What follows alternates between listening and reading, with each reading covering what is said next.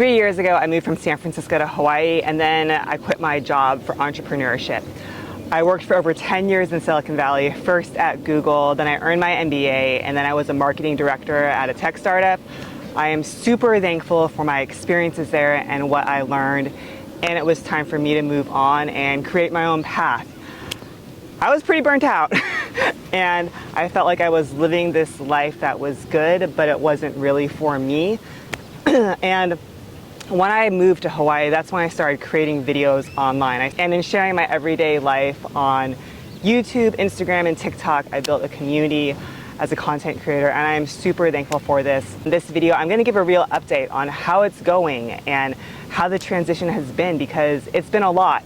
I'm someone who's trying to create my own path. There's a lot of highs and lows to that. I'm gonna share how the transition has been in moving from San Francisco to Hawaii, and then leaving a tech job for entrepreneurship, and then growing as a content creator. And each of those can be a whole separate video, but I want to give an overview and just a real talk of what it's like leaving security and trying to live a different life. So first, let's start with moving from San Francisco to Hawaii. I initially moved because I wanted to swim in the ocean because it was 2020 and it was the pandemic and all the pools in San Francisco were shut, and I really need to swim for my mental health. Swimming is how I process my life, and I just need it. So at that time I was working remotely for a tech company, and we could work from wherever, so I decided to move to Hawaii to swim. And when I moved, I knew I was going to quit my job eventually. I did. I really did. I just needed to have the space, to have the courage to do what I wanted to do. And I think for a lot of people, moving to Hawaii is this dream that they've always had. And it was never that for me. And that's not discrediting Hawaii or the beauty of it, but I never really saw myself here. All right, there's a bunch of people around, like a fire crew here, so I'm gonna let them pass.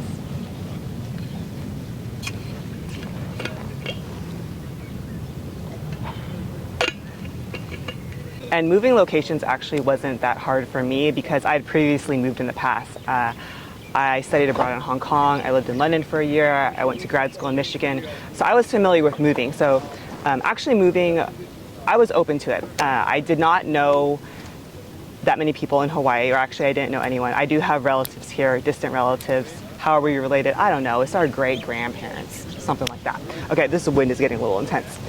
If you hear background music or background sounds, it's because the Honolulu Fire Department is training right now. Okay, and I want to caveat that this is my story and not anyone else's story. I don't recommend everyone move to Hawaii. I know there's a lot of cultural nuances with that, and I'm not here to advocate that anyone does anything in specific.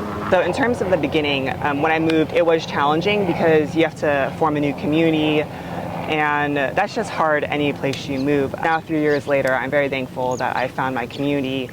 I have a routine, and people always ask how it is in Hawaii, and I give an answer that there's pros and cons to any place you live, but I'm very thankful to be here.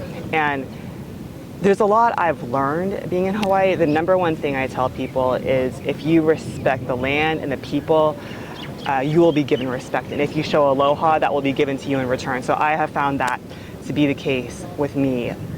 You know, kindness is a currency here, and just being kind, helping your neighbor is really great.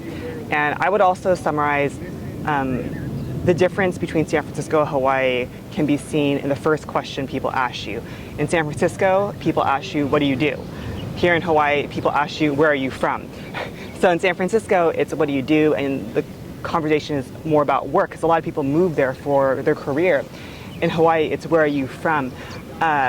Because people care, one, if you're local or not. I've learned that being local has currency here. And they just care more about your family and things of that nature. I would say, you know, the lifestyle in Hawaii is, it's good. It's if you like the outdoors and the ocean, it's great. It's definitely more of a relaxing, calm place. Weather does make a difference. When it's sunny, basically year-round, it's 75 to 85 degrees. And it's been good. It's been really good. I think what I have learned is, environment does make a huge difference in, people are looking at me now. So environment does make a difference, and it does not solve all your problems. So I still deal with the same issues that I deal with in San Francisco. Everyone has internal stuff and trauma they gotta deal with. So I still deal with that, but I'm just in Hawaii now. I think one of the hardest things for me moving is that my family is in San Francisco, and I'm pretty close with my mom, parents, and siblings. So I definitely miss them, and it's hard because I have aging parents or parents who are older, and I know I only have so much time with them. So there is that tension of living your life, but also spending quality time with loved ones. So that's a constant thing I deal with. And what I've learned in creating content is that everyone's interested in Hawaii life, or no one minds hearing about it. And there's a lot that I don't show on video too. And my life is not how all people in Hawaii live. I do recognize the privilege I have in coming here. I recognize the high cost of living. I recognize the housing issues and everything. So even in making this video, I want to be culturally sensitive to that. So I'm just sharing from my experience and what I've learned. Okay, so moving on to the next point of how it was leaving a stable tech job for entrepreneurship. And that was actually a lot harder than moving, because my entire life I had followed a blueprint. I was born and raised in the San Francisco Bay Area, and there's kind of a formula for what you should do, like go to school, get a high-paying job, and everything. So I was willing to leave that, and the reason why I left is because I was just getting a lot of anxiety, and I knew it was time to move on. And I didn't actually know what I was going to do. It was weird because I had moved and I was building a community on TikTok, so I knew I could create content. I knew I had a marketing skill set, but I didn't know exactly what would I do, life coaching, career coaching, and soon I settled on social media coaching because I realized I have this great skill of creating videos, and people were coming to me for help. I'm able to help people build an authentic online brand through video, and I really love that. I love content creation. So I was pretty burnt out, and you might be able to relate to this, of having golden handcuffs, essentially. On the outside, you have this great job that looks great, and society tells you should be happy, but you're kind of crumbling on the inside. And I realized that's a lot of the people, or a lot of friends I know in Silicon Valley. And what is that balance? So I was pretty burnt out, and there is a lot I've learned with entrepreneurship. So with entrepreneurship, what I do, there's kind of three main pillars. One is content creation, creating videos. Two is teaching others how to create videos. I coach people, then I built an online course and programs, and in Hawaii specifically, I've helped a lot of real estate agents grow. And the third thing is related to real estate. Because I helped a lot of realtors, I got my real estate license. And the third is real estate. So I got my real estate license to be a referral agent, meaning if you're looking to buy or sell a home in Hawaii, I can help match you with a realtor who would be a good fit. And why I did this is because I coached a lot of real estate agents in social media coaching. So it just made sense because I know all of their strengths, and I can pass along business to good people here. And a lot of people come to me for Hawaii rec. So if you need a real estate agent, let me know. And that's what I'm doing with entrepreneurship. And I have learned a lot in the process. Few things I would say.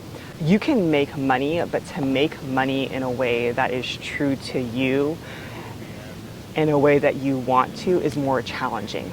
Even me as a social media coach, I know I can go gangbusters. Like, I have realized that I can really sell. I'm very good at presenting, and I have high conversion rates whenever I do webinars and presentations. Honestly, the part I like most about teaching people how to do videos is not necessarily, okay, growing your brand and business. And I like that, right?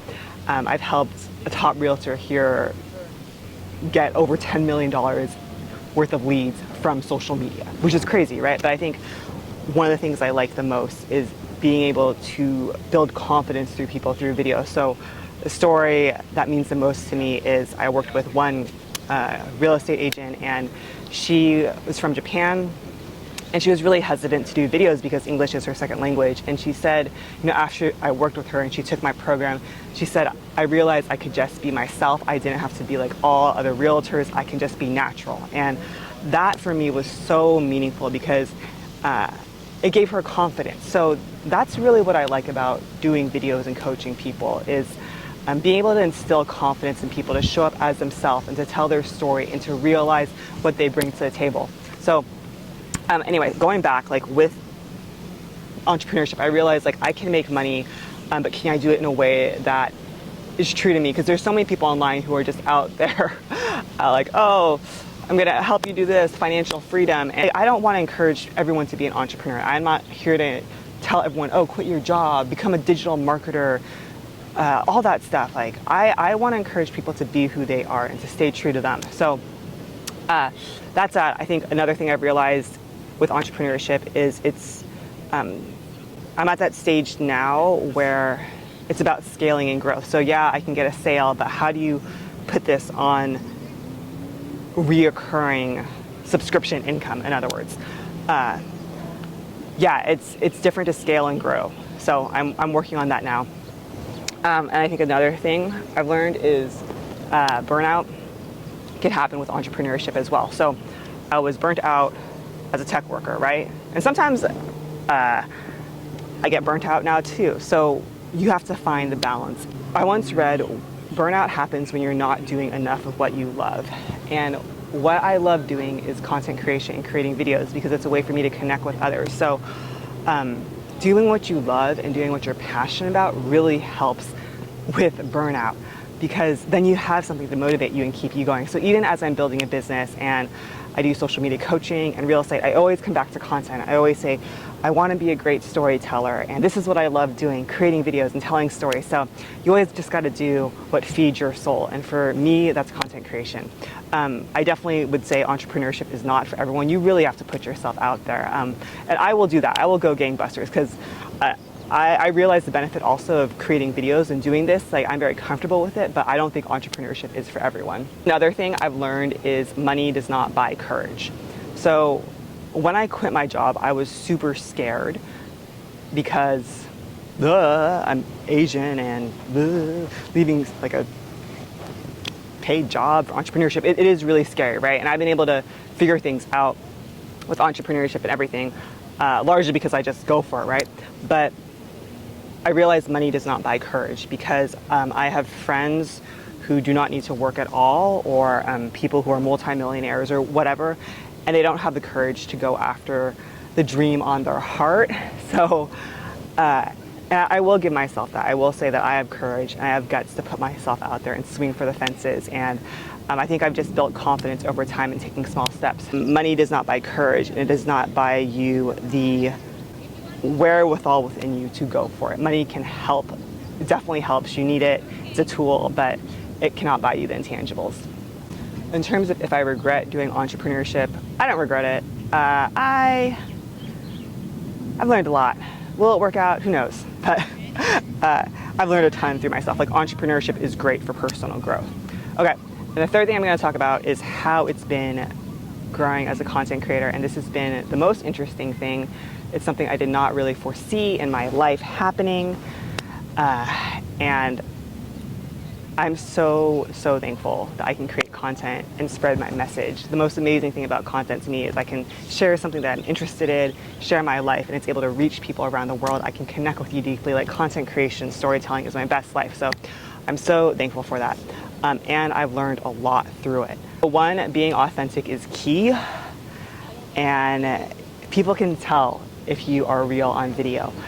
And if you know who you are and you're authentic in real life, that can come out in video. I also realized as a content creator, like I don't want to be pigeonholed. I know a lot of people come to me for Hawaii content or they like that, but I don't only want to create Hawaii content. I want to share stories that move you and just share stories about everyday life that can connect with you. That's why when I go back to San Francisco and I'm with Mama Lai, I share stories about that. But I want to share more stories of really elevating others and the challenges they've had to overcome, or tell the stories of others who've taken a leap of faith. They don't want to be pigeonholed. I think a main thing I've learned is there are a lot of pros and cons to having an online platform. That's something I've had to deal with. Pros are obviously you can have great influence, you can build a business, you can inspire people, that's amazing, right? The cons are cyberbullying and hate. I've definitely dealt with a lot of that, especially earlier on in my journey on TikTok. And I also have found that being famous is extremely overrated. And I think my situation is unique because I'm in Hawaii. It's a small island. Oahu, where I live, is about 1 million people. And I do get recognized when I go out. Probably, I would say 5 out of every 10 times I go out, I get recognized. And I'm so thankful that people can connect with me in person. It's great. It's great meeting people. And it's just not something I was really prepared for in life. I realize privacy is also great. So I don't know. I don't really desire to be famous. But I think that's what happens when you grow up platform is you get recognized. I think people, they might put you on a pedestal, or people, they see one side of me online. And I've definitely felt the tension of that. And maybe I'll go more into this in a separate video. Just let me know if you're interested. Why I'm doing this video is to really say this is my story, and I just want to encourage you to live your truth. I walked away from security, and I had done that multiple times in my career, and there is a lot that comes with that. That comes with stepping into the unknown, right? I had to move locations, and being an entrepreneur is crazy, right? But nothing replaces me knowing I'm walking in my purpose and I'm doing what I'm called to do. My life doesn't look like I thought it would. When I was a teenager or whatever, I thought I would just live in the Bay Area and get a job, get married, have kids, and now I'm in Hawaii. And sometimes you think your life should look a certain way, and it's drastically different. I never saw this coming in my life, and there are a lot of hardships, or there's a lot of challenges in it, right? But I know I'm living the life meant for me. I don't know, I want to encourage you with that, to have the courage to do what you want to do and go after what you're passionate about or your purpose is. And that doesn't mean you have to quit your job, but just do what lights yourself on fire. That's what I want. I want to see more people in the world who are just passionate about what they do, and they use their gifts in a way that they can serve other people. That's what I would love to see. I don't know, guys, so that's how it's going. Do I regret doing any of this? No way, man. It's a very interesting life. I'm in Hawaii now, creating content. I did not foresee this. I don't know what's going to happen. Could I be homeless, like, in, I don't know, a few years? Potentially. That is a real thing. If that happens, I will document my situation. No, but I've often thought, like, why do I do this? I do this to even inspire one person. I do this for the young girl who feels like they never fit in. That's how I felt as a teenager. I do this for the person who feels so stuck in their life and they need some hope. So even if all of this is to inspire one person, I would do it. I would definitely do this all again to live fully and to just be myself. It's great, just like having the freedom to just be yourself. Okay, so that's how it's going. All that changed, moving from San Francisco to Hawaii, quitting my job for entrepreneurship, being a content creator. Let me know if there's anything else you're specifically interested in hearing about. Hopefully you just heard from my heart, and I want to do more videos like this where I just open up and share what's really happening. All right, so until next time, you know what to do. Stand tall in who you are.